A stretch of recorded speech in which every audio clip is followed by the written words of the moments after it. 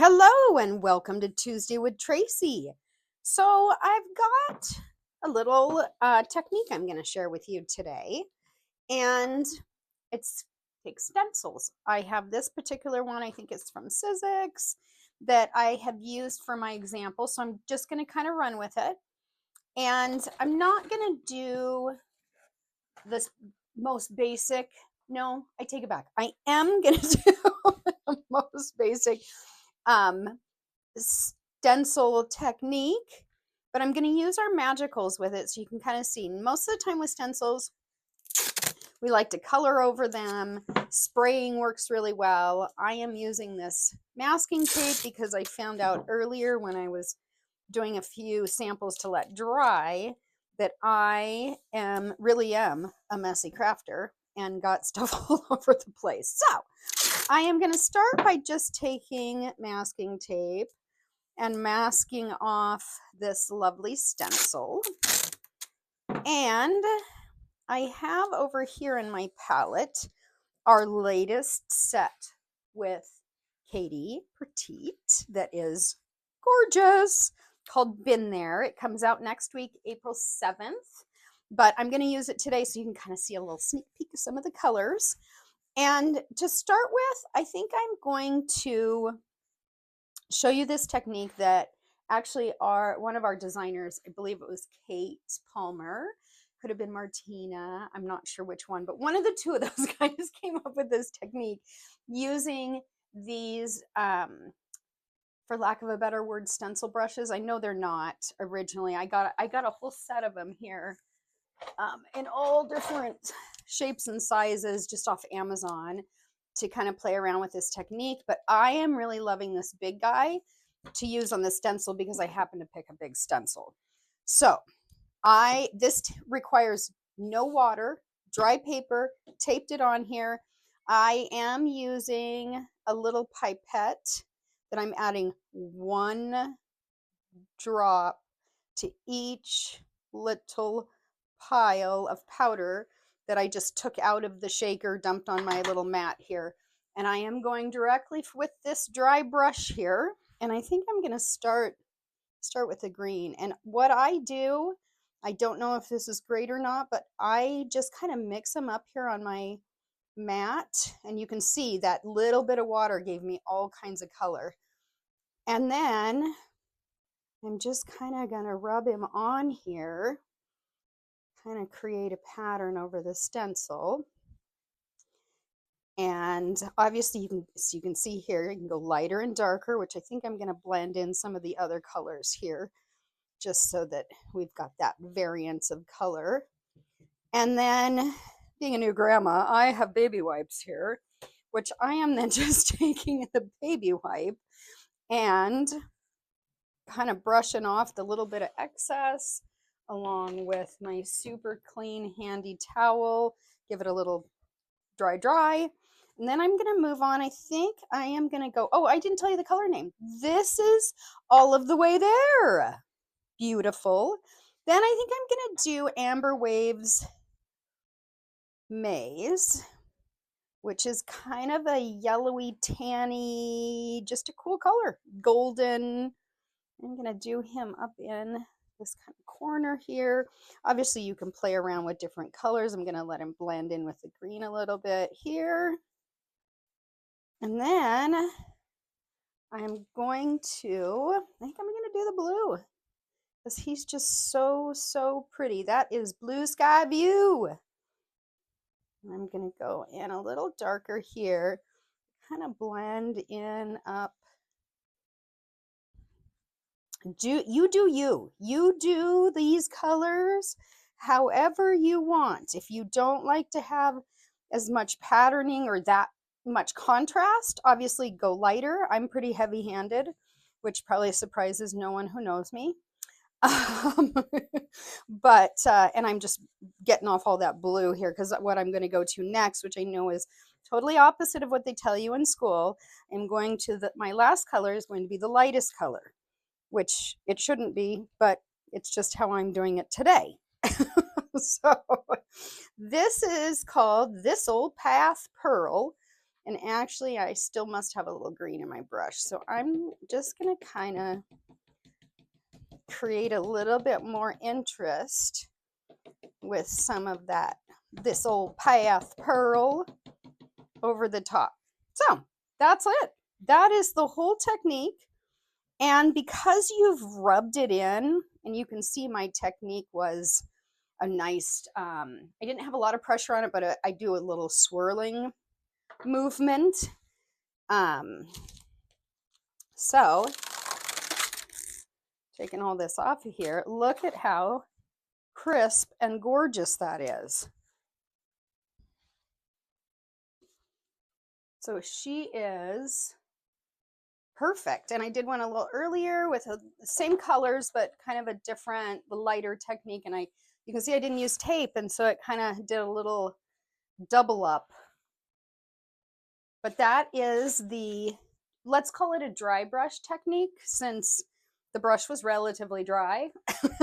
That is through the stencil, but look at how crisp those lines are with that. Didn't think you could do that with a magical. Okay, so now for a relatively standard stencil technique, I would normally just, especially with the magicals, spritz this whole thing with water and just start doing some magical stuff. And I did that earlier, and again, maybe because my technique is probably not the best, it ended up getting really, really, really wet and oozing in between all of the, under the stencil. So I'm going to try this time. Okay, starting with our Amber Waves Maze, which is kind of that softer light one. And what I thought is, maybe if I go over this, you're going to experiment with me. If I go over this a little bit first, then it'll kind of set those edges, maybe, I'm hoping, and then things maybe won't bleed quite as much. That's at least my theory. So I'm doing that. And what I'm also finding with this is, if I take just a tiny bit of water, I'll do a little bit more of this Amber Waves, it will kind of get the other stuff a little rehydrated as well. I'm going to go softly because I kind of want this light down here. Ooh, there comes that golden part of the Amber Waves. So I'm just kind of going over the top. You can see this is the same color. I may have a little smudge in from my previous painting, picture, stencil, whatever I'm doing here. Okay, so experiment number 1 today is starting with that kind of dry rub technique. Then I'm going to, and you're going to just get to do this along with me, I'm going to mist it with one of our misters, which I am assuming is going to hydrate some of that color, which it kind of looks like it is. And then I'm going to sprinkle. So this, you can see I've done a little cheaty cheat. Most of these shakers, well, maybe all of mine are a cheaty cheat. Wasn't sure if I did it that way. Yes, most of them have this tab. This tab drives me insane. I do not store my shakers on their side or upside down. So I feel like I'm safe in ripping that little guy off and then putting the lid back on. But if you store him in any way that might create a mess, I wouldn't get rid of that little guy. So I missed here again, just to get us up to par. And then I am going to sprinkle, sprinkle, sprinkle. This is the All of the Way There green. And then I'm going to go over it with Blue Sky Blue. And do that down here in the corner, maybe a little up there. And then I'm going to do Brick by Brick. I haven't shown you yet. He's a cool color. She is such a cool color. God, this doing everything a boy. I don't get it. Anyway, Brick by Brick, you can see the label. Obviously, I try and get as close as I can to the actual color. It's just a nifty, that bricky, browny red kind of color, but it speckles super cool. So I have speckled. Oh, and I can already see the papers buckling. So my experiment may not work. I may still be making a mess, but we are going to just try it out. So I'm going to do this, and then I'm going to heat dry it. I started heat drying it and just realized I could do another technique on top of this. So I stopped really quickly. A little bit got dry, but not much. You can still see it's wet. But I am going to take my watercolor paper, and I'm going to cheat and use this because I don't have an extra piece right this second. And I'm going to just lay it on there and kind of get a relief image or a reverse image, or I can't remember what they actually call it. So ooh, that kind of actually turned out pretty cool. I'll let him dry. And then I'm going to go back and heat set this guy, heat dry. Okay, all heat dried. Well, nope, he did the same thing. So my dry brush technique did not keep things from getting dirty underneath, though a little bit. That's kind of a cool, we'll have to let him dry and see what he looks like, because it actually, you can still see some of the pattern, so it's much more diffused, would that be the right word? Patterning, but I kind of actually like him.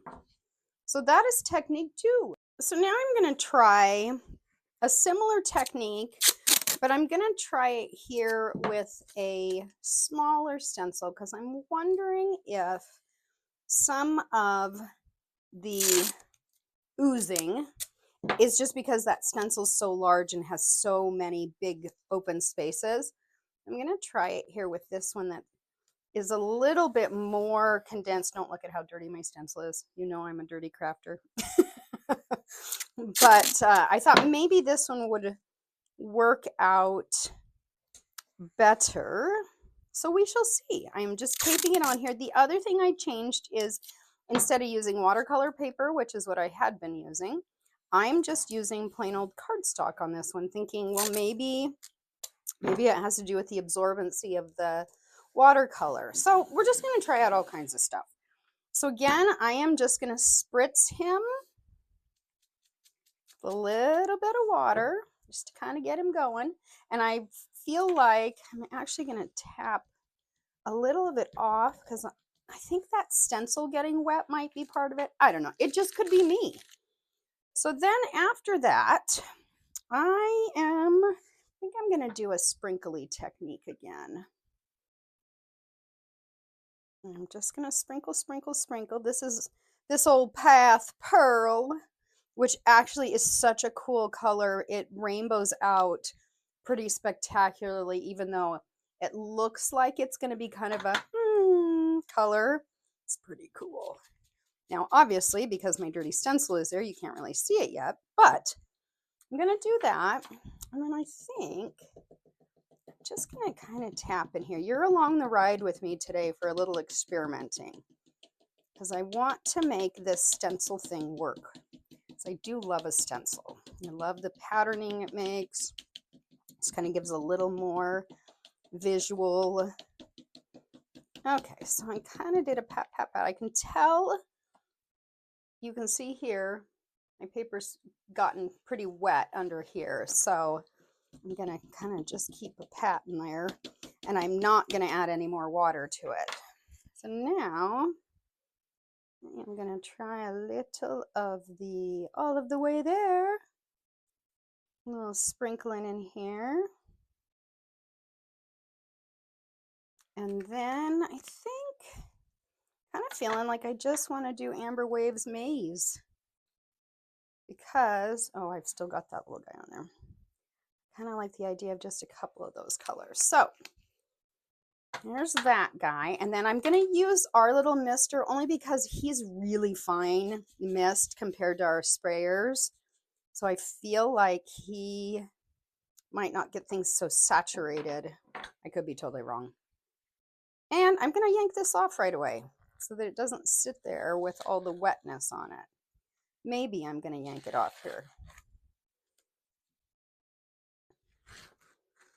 I know all you guys that do the beautiful, very precise, just clean, tidy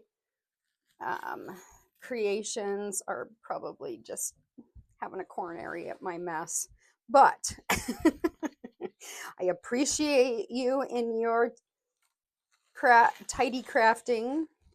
I am not very good at it. Oh, actually, you know what? That turned out okay. And then the other trick, you probably already know this part, is that if you take your stencil that is wet, and maybe I just did this earlier, you can then use him, turn him over the wet side, and it creates a whole nother, oops, okay. It makes a whole nother pattern when you don't mush your hand over the whole thing. Though, I don't know, pretty cool.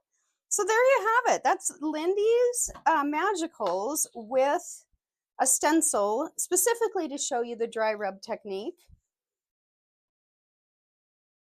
But I think we've got some other good techniques in here too, and I will put some of the pictures at the end once they're all dry. Thank you so much for joining me.